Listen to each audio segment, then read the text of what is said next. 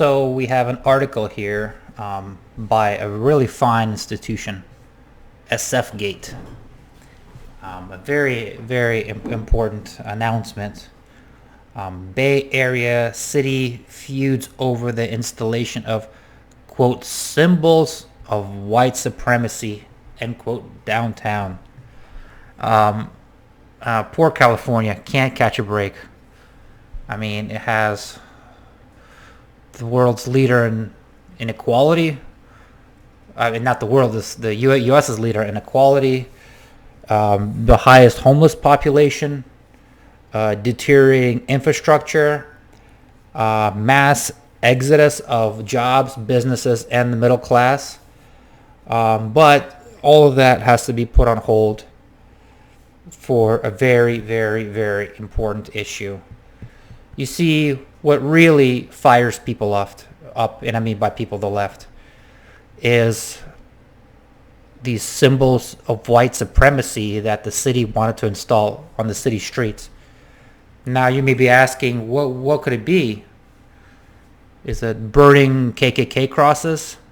Is it white Klan hoods? Is it metal swastikas? Let's take a look here.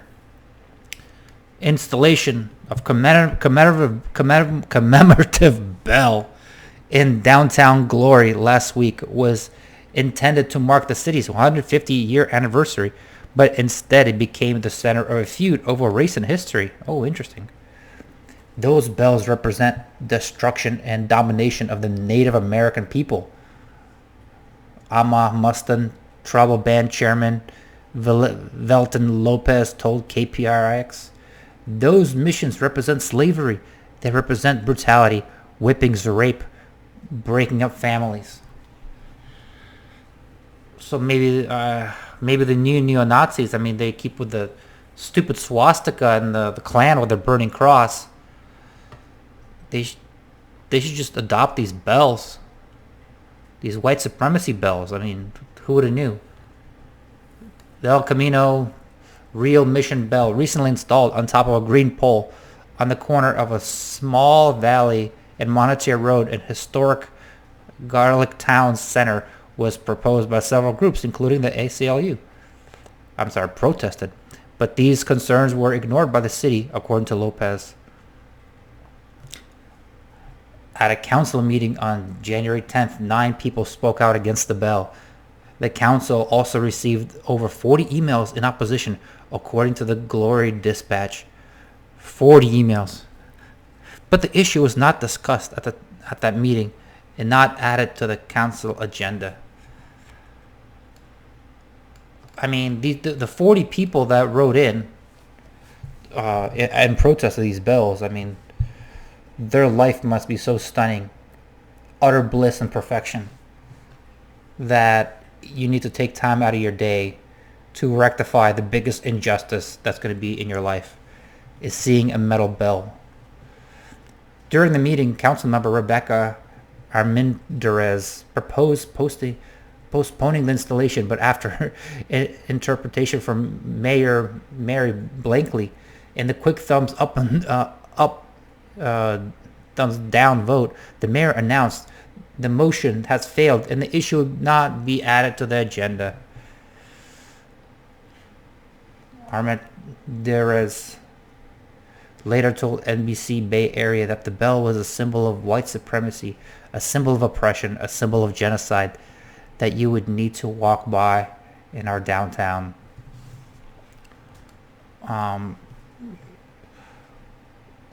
But, don't you know that there are bells all around the world? There's a lot of bells in South America, Israel, Asia. Are they all symbols of white supremacy as well? Those in support of the bell say that this is merely a commemorative mile marker.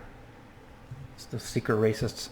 Mission bells is incorrect and perpetuates a false misunderstanding of what they are. Road markers, Councilmember Dion Bracco told KPIX. Most people refer to them as mission bells do so out of ignorance or to purposely inflame passions.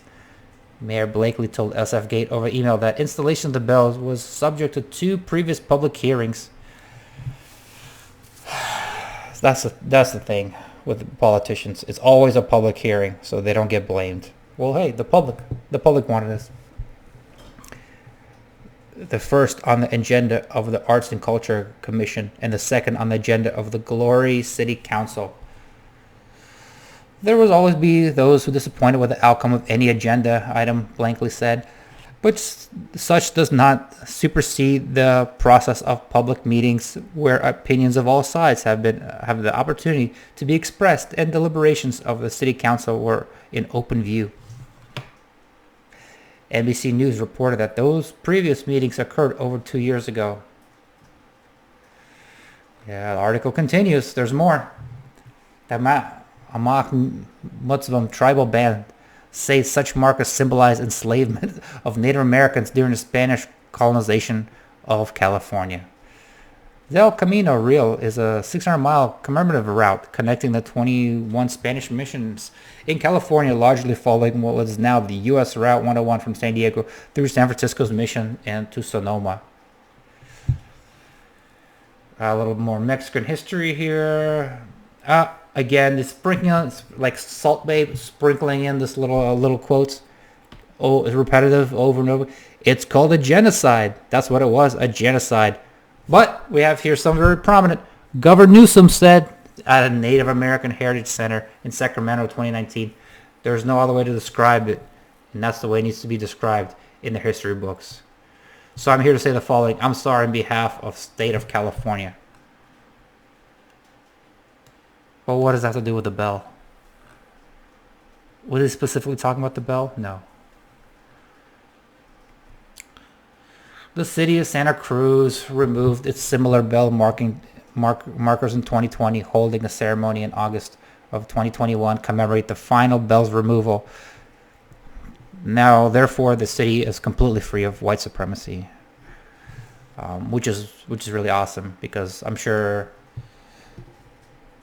the social the woke scolds in the area are completely satisfied, and their life is awesome now, and they're not online bitching about something else. No, not that at all. The city of Hayward recently canceled plans to erect a similar mission bell in Heritage Square after protests from the members of the Mwakma Olo tribe. We gotta just add the bell, the OK sign, the bell. I mean, I'm blanking on some, but there's definitely quite a few symbols of white supremacy. A plaque to be installed under the new bell in Gloria reads, located at an intersection of historic pathways of Native peoples, El Camino Real Leroy's location had been the key to its good fortune. Well, that's the end. Just a little preview of the trials and tribulations of a local SF town.